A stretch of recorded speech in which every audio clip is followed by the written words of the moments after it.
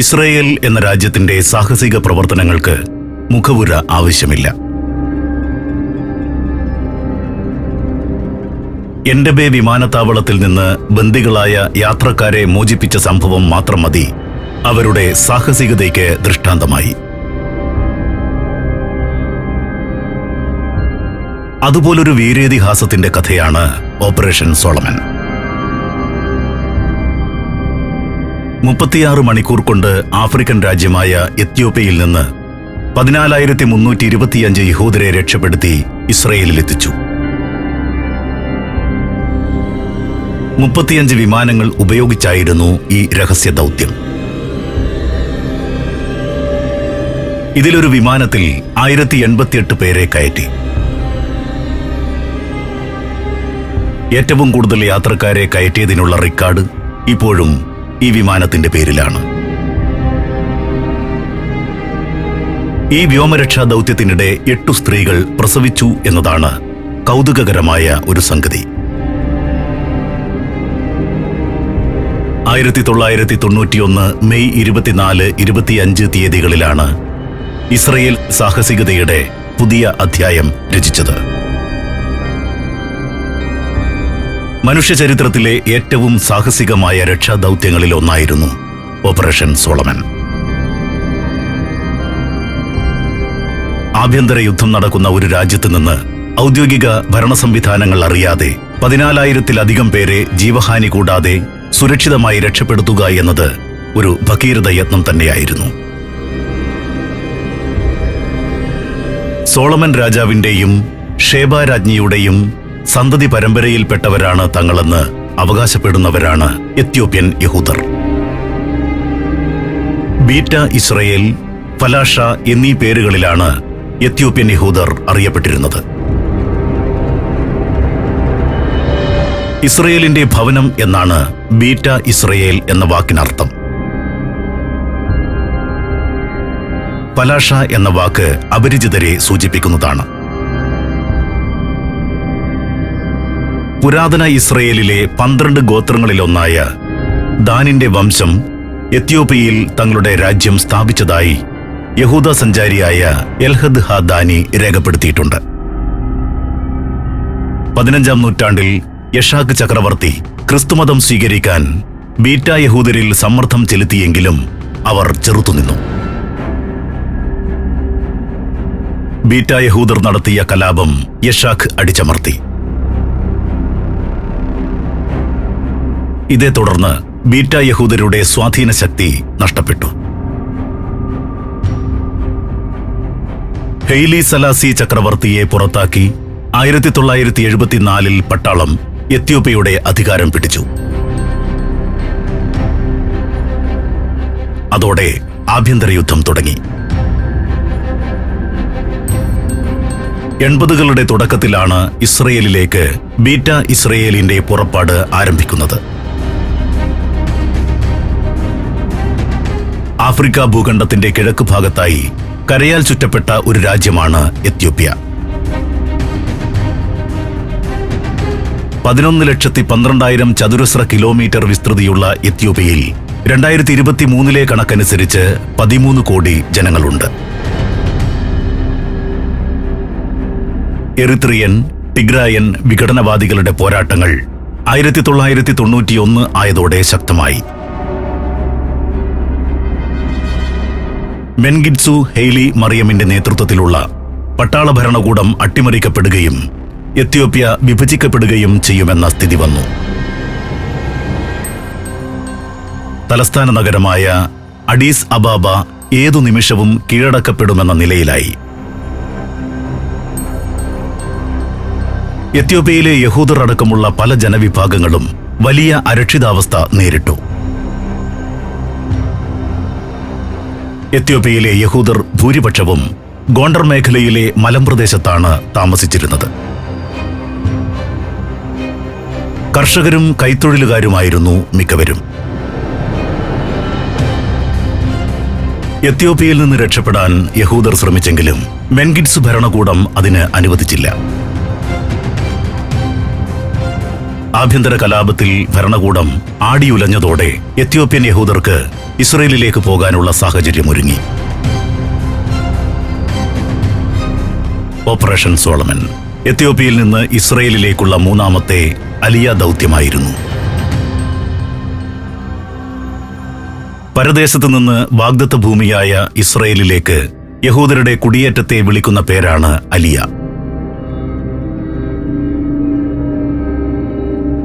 Operation Moses, operation Joshua എന്നിവയായിരുന്നു ആദ്യത്തെ 2 ദൗത്യങ്ങൾ.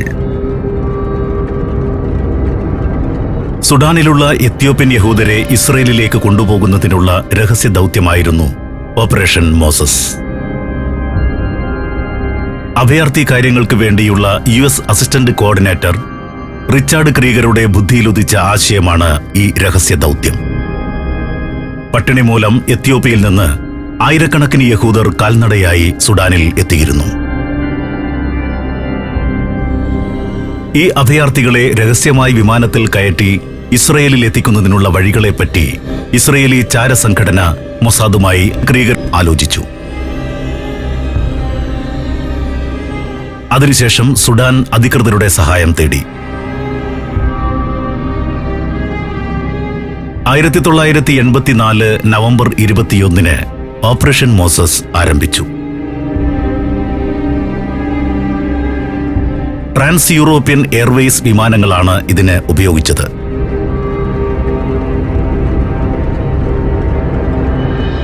ഓരോ വിമാനത്തിലും 200ഓളം എത്യോപ്യൻ യഹൂദർ കയറി. 30ലധികം ഫ്ലൈറ്റുകൾ. ഇങ്ങനെ രഹസ്യമായി 8000ഓളം യഹൂദരെ 1984 നവംബറിനും 1985 ജനുവരിക്കുമിടയ്ക്ക് വിമാനമാർഗം ഇസ്രയേലിൽ എത്തിച്ചു. എന്നാൽ വാർത്ത പുറത്തായതോടെ മുസ്ലിം രാജ്യങ്ങൾ സുഡാനുമേൽ സമ്മർദ്ദം ചെലുത്തി. അതോടെ ഇസ്രയേലിന്റെ ദൗത്യം നിർത്തിവയ്പ്പിച്ചു.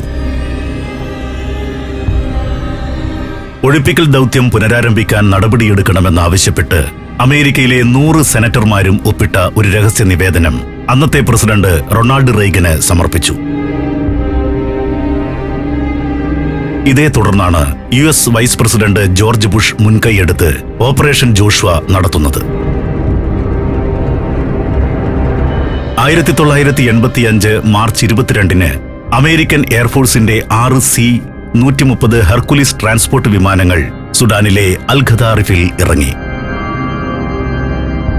അവിടെ നിന്ന് 600ഓളം യഹൂദരെ ഇസ്രയേലിൽ എത്തിച്ചു. Azerbaijan, Indonesia, Tajikistan, Peru. സഞ്ചാരം വോളിയം നമ്പർ 14. ഫുൾ HDയിലുള്ള ഈ അപൂർവ ദൃശ്യയാത്രാ വിവരണ ശേഖരം സ്വന്തമാക്കാൻ 99544422 എന്ന നമ്പറിലേക്ക് സഞ്ചാരം എന്ന് SMS ചെയ്യൂ. ഓപ്പറേഷൻ മോസസ്, ഓപ്പറേഷൻ ജോഷുവ ദൗത്യങ്ങൾ വഴി എത്യോപ്യൻ യഹൂദരുടെ 1/3 പോലും ഇസ്രയേലിൽ എത്തിക്കാൻ കഴിഞ്ഞിരുന്നില്ല. എത്യോപ്യയിൽ ആഭ്യന്തര യുദ്ധം മൂർച്ഛിച്ചപ്പോൾ ബാക്കിയുള്ള യഹൂദരെ കൂടി അവിടെ നിന്ന് ഒഴിപ്പിക്കുന്നതിനുള്ള മാർഗങ്ങളെപ്പറ്റി ഇസ്രയേലി ഗവൺമെന്റും സൈന്യവും ആലോചിച്ചു. മുൻ ദൗത്യങ്ങളെപ്പോലെ വിമാനങ്ങൾ ഉപയോഗിച്ച് രഹസ്യമായി ഒഴിപ്പിക്കാൻ തീരുമാനിച്ചു. ഓപ്പറേഷൻ സോളമൻ എന്നു പേരിട്ട ഇതിന്റെ ആസൂത്രണത്തിൽ അമേരിക്കയും പങ്കാളികളായി. യഹൂദരെ ഒഴിപ്പിക്കാൻ അനുവദിക്കണമെന്ന് ആവശ്യപ്പെട്ട് അന്നത്തെ American president George Bush Ethiopian സർക്കാരിന് കത്ത് നൽകി. ഇസ്രയേലിൽ നിന്ന് ആയുധങ്ങൾ വാങ്ങി യഹൂദരെ ഒഴിപ്പിക്കാനായിരുന്നു എത്യോപ്യൻ പട്ടാള ഭരണാധികാരി മെൻഗിസ്തുവിന്റെ പ്ലാൻ. അമേരിക്കൻ പ്രസിഡന്റിന്റെ കത്തു ലഭിച്ചതോടെ മെൻഗിസ്തുവിന് വഴങ്ങാതിരിക്കാൻ പറ്റാതെ വന്നു. മെൻഗിസ്തുവിന് ഇസ്രയേലി സർക്കാർ $3.5 കോടി കൈക്കൂലി നൽകിയെന്നും റിപ്പോർട്ടുകളുണ്ട്. ഓപ്പറേഷൻ സോളമൻ യാഥാർത്ഥ്യമാക്കാൻ അമേരിക്കൻ നയതന്ത്രജ്ഞർ വഹിച്ച പങ്ക് വലുതാണ്. എത്യോപ്യൻ സർക്കാരുമായി ചർച്ച നടത്താൻ അമേരിക്കൻ സെനറ്റർ റൂഡി ബോഷ്വിറ്റ്സിനെ പ്രത്യേക പ്രതിനിധിയായി പ്രസിഡന്റ് ബുഷ് നിയോഗിച്ചു. American state assistant secretary Herman Cohen വഹിച്ച പങ്കും വലുതാണ്. എത്യോപ്യയുമായുള്ള അമേരിക്കയുടെ ബന്ധം മെച്ചപ്പെടുത്താമെന്ന് കോഹൻ എത്യോപ്യൻ അധികൃതരോട് സമ്മതിച്ചു. ഈ ചർച്ചകൾ എത്യോപ്യൻ ആഭ്യന്തര യുദ്ധം അവസാനിപ്പിക്കുന്നതിനും ലണ്ടനിൽ നടന്ന വട്ടമേശ സമ്മേളനങ്ങൾക്കും വഴിതെളിക്കുകയുണ്ടായി. എത്യോപ്യൻ യഹൂദരെ ഇസ്രയേലിലേക്ക് കൊണ്ടുവരണോ എന്നത് സംബന്ധിച്ച് ഇസ്രയേലി സമൂഹത്തിൽ രണ്ട് അഭിപ്രായങ്ങളുണ്ടായിരുന്നു. കറുത്ത നിറക്കാരായ എത്യോപ്യൻ യഹൂദരുടെ വരവ് മറ്റ് സമുദായക്കാരുടെ മുന്നിൽ തങ്ങൾക്ക് നാണക്കേടുണ്ടാക്കുമോ എന്നായിരുന്നു ചിലരുടെ ആശങ്ക. ഇസ്രയേലി സമൂഹത്തിൽ സാംസ്കാരിക വിഭജനം ഉണ്ടാക്കുമെന്നും ചിലർ അഭിപ്രായപ്പെട്ടു. എന്നാൽ അവരെ കൊണ്ടുവരണമെന്ന് മറ്റുള്ളവർ വാദിച്ചു. ഏതായാലും രക്ഷാദൗത്യ പദ്ധതിയുമായി മുന്നോട്ടു പോകാൻ തന്നെ ഇസ്രയേലി ഗവൺമെന്റ് തീരുമാനിച്ചു. പ്രധാനമന്ത്രി ഇസ്ഹാക്ക് ഷെമീറിന്റെ മേൽനോട്ടത്തിലായിരുന്നു ഓപ്പറേഷൻ സോളമൻ പ്രവർത്തനങ്ങളെല്ലാം. American association for Ethiopian juice ഒഴിപ്പിക്കൽ പ്രവർത്തനങ്ങൾക്ക് വലിയ സഹായമാണ് നൽകിയത്. എത്യോപ്യൻ യഹൂദരുടെ ദയനീയ സ്ഥിതി വിവരിക്കുന്ന റിപ്പോർട്ടുകൾ അവർ അമേരിക്കയ്ക്കും ഇസ്രയേലിനും നൽകി. ഗോണ്ടർ പ്രദേശത്ത് താമസിക്കുന്ന യഹൂദരെ അഡീസ് അബാബയിൽ എത്തിക്കാൻ സംഘടന ബസ്സുകളും ട്രക്കുകളും ഏർപ്പാട് ചെയ്തു കൊടുത്തു. 100 കണക്കിന് കിലോമീറ്റർ താണ്ടിയാണ് അവർ അഡീസ് അബാബയിൽ എത്തിയത്. ചിലർ കാറിലും മറ്റു ചിലർ കുതിരപ്പുറത്തും വേറെ ചിലർ കാൽനടയായും എത്തി. പലരുടെയും സാധനങ്ങൾ യാത്രക്കിടയിൽ കൊള്ളയടിക്കപ്പെട്ടു. ചിലർ കൊല്ലപ്പെട്ടു. 1989 ഡിസംബറിൽ 2000-ഓളം എത്യോപ്യൻ യഹൂദർ ഗോണ്ടറിൽ നിന്ന് കാൽനടയായി തലസ്ഥാന നഗരത്തിലെത്തി.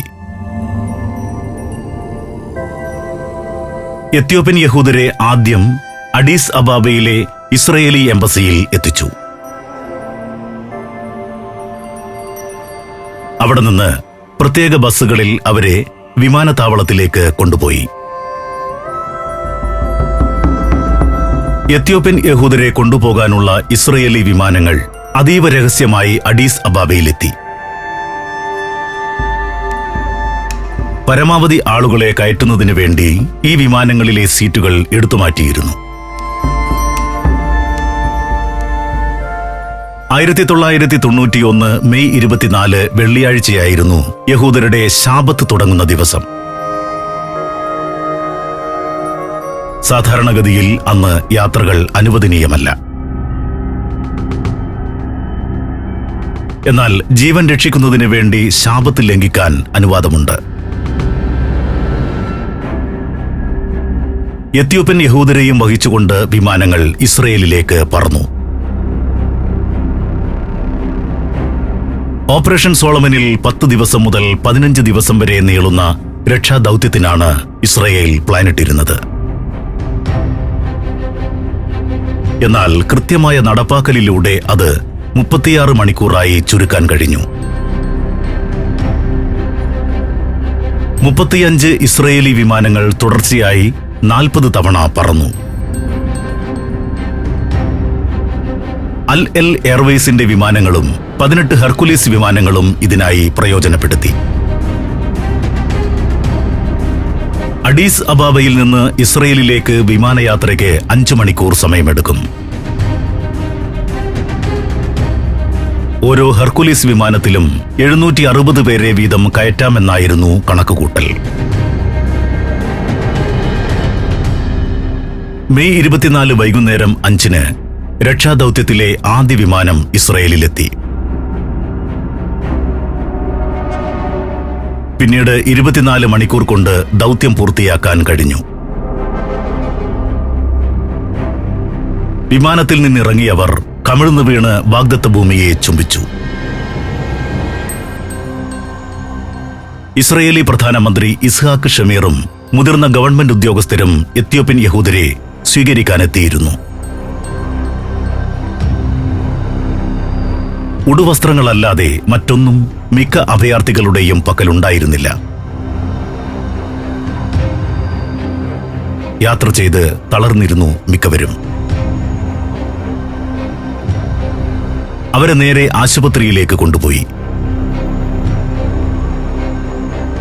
എത്യോപ്യയിൽ താമസിച്ചിരുന്ന കാലത്ത് പലവിധ രോഗങ്ങൾ അവരെ പിടികൂടിയിരുന്നു.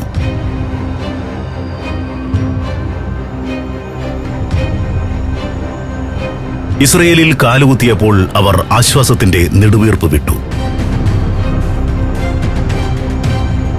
ഓപ്പറേഷൻ മോസസ്, ഓപ്പറേഷൻ ജോഷുവ എന്നിവയിലൂടെ ഇസ്രയേലിൽ എത്തിച്ചതിന്റെ ഇരട്ടിയോളം ആളുകളെ ഓപ്പറേഷൻ സോളമനിലൂടെ കൊണ്ടുവരാൻ കഴിഞ്ഞു. 1990-നും 1999-നും ഇടയ്ക്ക് ഏകദേശം 39,000 എത്യോപ്യൻ യഹൂദർ ഇസ്രയേലിലെത്തി. എത്യോപ്യയിൽ ശേഷിച്ച യഹൂദരെയും 8,000-ഓളം ഫലാഷ്മ്യൂറ വിഭാഗക്കാരെയും ഇസ്രയേലിലേക്ക് കൊണ്ടുവരാനുള്ള പദ്ധതിക്ക് ഇസ്രയേലി ക്യാബിനറ്റ് 2010 നവംബറിൽ അംഗീകാരം നൽകി. ക്രിസ്തുമതത്തിലേക്ക് പരിവർത്തനം ചെയ്ത എത്യോപ്യൻ യഹൂദരുടെ പിൻഗാമികളെയാണ് ഫലാഷ്മ്യൂറ എന്ന് വിളിച്ചിരുന്നത്. യഹൂദ മതാചാരങ്ങൾ പാലിക്കാതെ ജീവിച്ചിരുന്ന എത്യോപ്യൻ യഹൂദരും ഈ പേരിൽ അറിയപ്പെട്ടു. 19ഉം 20ഉം നൂറ്റാണ്ടുകളിലാണ് എത്യോപ്യൻ യഹൂദർ പലരും ക്രിസ്തുമതത്തിലേക്ക് പരിവർത്തനം ചെയ്തത്. അക്കാലത്ത് എത്യോപ്യയിലെ പല പ്രദേശങ്ങളിലും ക്രൈസ്തവരായിരുന്നു ഭൂരിപക്ഷം. യഹൂദമതത്തിലേക്ക് പരിവർത്തനം ചെയ്തു കൊള്ളാം എന്ന വ്യവസ്ഥയിൽ ഫലാഷ്മ്യൂറയിൽപ്പെട്ട എല്ലാവരെയും ഇസ്രയേലിലേക്ക് മടക്കിക്കൊണ്ടുവരാൻ ഇസ്രയേലി ക്യാബിനറ്റ് 2015 നവംബറിൽ അനുമതി നൽകി. അവസാന റൗണ്ട് അലിയയിൽ 10,300 പേരെ നാട്ടിലേക്ക് തിരിച്ചു കൊണ്ടുവരുമെന്ന് 2016 ഏപ്രിലിൽ ഇസ്രയേലി ഗവൺമെന്റ് പ്രഖ്യാപിച്ചു. 2020 ഡിസംബറിൽ തുടങ്ങിയ ഓപ്പറേഷൻ സൂർ വഴി അവസാന ബാച്ചിൽപ്പെട്ട 2000 എത്യോപ്യൻ യഹൂദരെയും ഇസ്രയേലിൽ എത്തിച്ചു. പിന്നെ 100 യഹൂദർ മാത്രമേ എത്യോപ്യയിൽ അവശേഷിച്ചിരുന്നുള്ളൂ. 2022 ഫെബ്രുവരിയിൽ ഇസ്രയേലി സുപ്രീം കോടതി എത്യോപ്യയിൽ നിന്നുള്ള അലിയ താൽക്കാലികമായി നിർത്തിവെക്കാൻ ഉത്തരവിട്ടു. അതിനുശേഷവും കുറെ യഹൂദർ എത്യോപ്യയിൽ നിന്ന് ഇസ്രയേലിലേക്ക് കുടിയേറിയിട്ടുണ്ട്.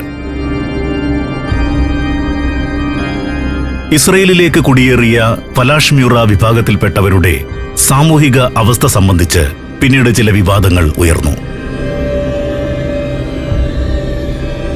എത്യോപ്യയിൽ നിന്ന് രക്ഷപ്പെടാൻ ചിലർ യഹൂദ മതത്തെ ഉപയോഗിക്കുകയായിരുന്നു എന്ന സംശയം ഇസ്രയേലി ഗവൺമെന്റിനുണ്ടായി. ഫലാഷ്മ്യൂറ വിഭാഗത്തിന് നൽകിയ ആനുകൂല്യം പ്രയോജനപ്പെടുത്തി ലോകത്തിന്റെ നാനാഭാഗങ്ങളിൽ നിന്നും ഇസ്രയേലിലേക്ക് കുടിയേറാൻ ശ്രമമുണ്ടാകുമെന്ന് യഹൂദമതത്തിലെ യാഥാസ്ഥിതികർ ആകുലപ്പെട്ടു. അതേസമയം ഇസ്രയേലിലേക്ക് കുടിയേറ്റം അനുവദിക്കുന്നതിൽ വിവേചനം ഉണ്ടെന്നാണ് എത്യോപ്യക്കാരുടെ പരാതി.